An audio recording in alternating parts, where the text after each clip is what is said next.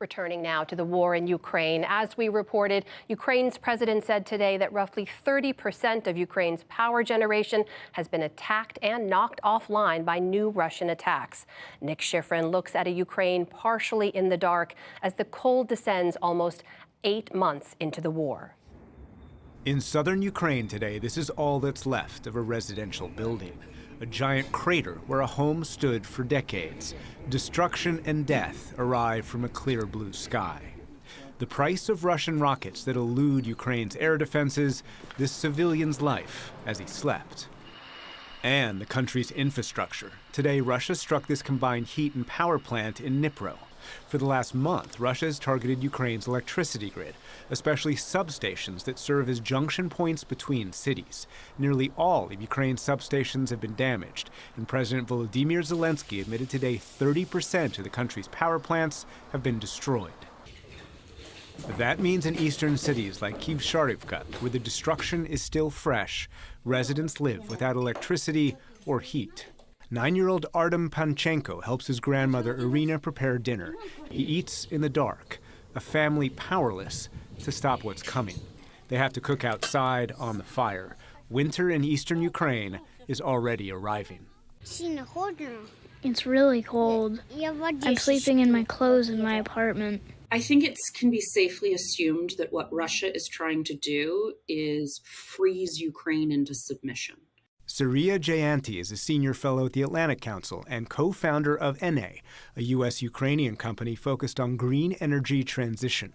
She says damaged infrastructure hurts Ukraine's civilians and military, and that Ukraine and Russia are playing cat and mouse. Ukraine fixes damage, Russia strikes it again. So this seems to be a strike at the nervous system of Ukraine's resistance.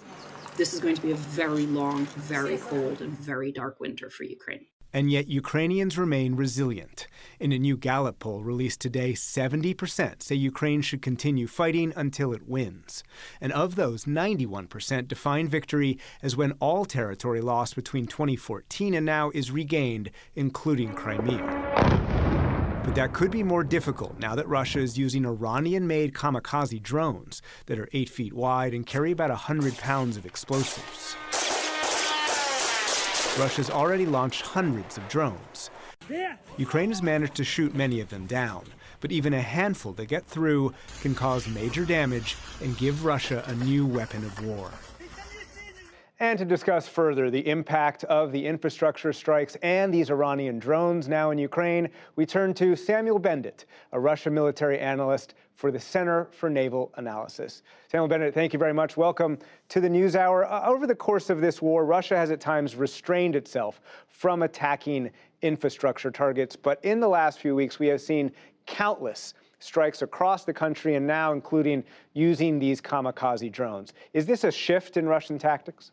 In a way, it is. It is a response to Ukrainian very successful counterattacks, Ukrainian successful advancements against the Russian forces in the east and the south of the country, and the Russian realization that it must do something to try and stem this advance and cause a certain level of attrition and essentially a certain level of pain on the Ukrainian defense industry, on the population and the military.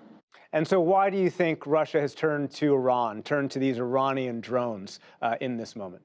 I mean, Russia has a certain capability that it was unable to really put in the field at scale. Iran was able to offer significant capability to the Russians in the form of loitering munitions like the Shahed 136 and Shahed 131, as well as several combat drones like the Mohajer 6.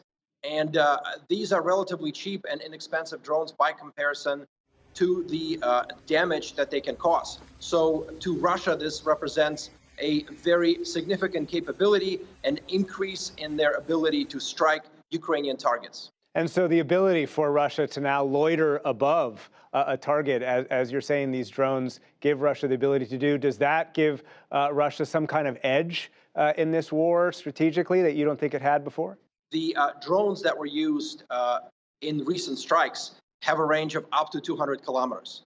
And so this represents a significant increase in Russian capabilities because now a bulk of the Ukrainian population, its military and industry are within range of these loitering munitions when launched either from the southeast of the country or even from Belarus. Does Ukraine have the ability to defend itself against these kamikaze drones? Absolutely it does. In fact, it has shut down most of these drones. More than 3/4 of them are actually lost in these attacks. The whole point of launching these munitions in waves is that a lot of them will be lost, but a few of them are going to make it past the air defenses. These drones basically saturate the air defense capabilities, and so one or two has to make it through to really cause the damage, and that's what we've seen in recent attacks.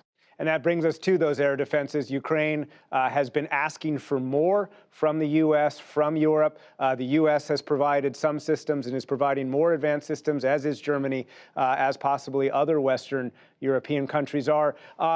Talk about how difficult, though, it is to create a layered system of defense that can really protect Ukraine, not only from these drones, but from larger Russian missiles as well. It is a challenge. Specifically, these drones, the Shahed 136 and 131, they fly low, they fly slow, they have a relatively small radar signature, so they can't always be seen and identified by the early warning radars. They could be heard before they're seen because of their relatively cheap civilian-style motor. And so once the population actually sees the drone in the immediate vicinity, it's probably too late to do anything about that as it begins to descend to target. However, robust electronic warfare defenses are in fact capable of interfering with these drones' flight patterns. They use cheap GPS systems, or rather civilian GPS systems, that could be scrambled and jammed and interfered with. And this is where some of the successes against these drones has been visible lately. Nearly all of Ukraine's substations, as well as the distribution lines for electricity, as well as for heat, have been destroyed. Those can be fixed in a matter of days, Ukrainian officials say. But Zelensky today admitted 30% of the power plants have also been destroyed. That takes a longer time to fix. Does that have not only civilian implications, but military implications as well? Well, absolutely. Right now, Ukrainian civilian and military efforts are interlinked. A lot of the resources are part of the both civilian and the military effort. At the same time, this doesn't necessarily appear to stem the Ukrainian resolve in the face of these attacks. And it's not likely that these drones will have an effect on the Ukrainian population that Russia probably intends. But we're also in a relatively uncharted territory. If Russia continues to launch these strikes on a daily basis, and if Russia, in fact, gains more of these loitering drones, as the Ukrainian government itself has indicated, there's a plan, possible plan for Russia to acquire over 2,000 of these UAVs. And if all of those are going to be used against Ukrainian civilian and military infrastructure, then this becomes a different type of war. Ukraine's terrain gets very difficult to cross when it becomes muddy. That's in the next few weeks. But over the winter, will both sides continue to keep fighting and try and push the front line forward? Both sides are preparing for winter warfare. Ukrainians are preparing for it. Russians are preparing for it. Russian volunteers are fundraising for thermal underwear and for warm clothes for their soldiers as well. So there's every bit of a resolve on both sides to fight into the winter to try and essentially for the Ukraine to push the Russians further south and east, and for the Russians to try and reverse some of the Ukrainian advances. Samuel Bendet with the Center for Naval Analyses, thank you very much. Thank you.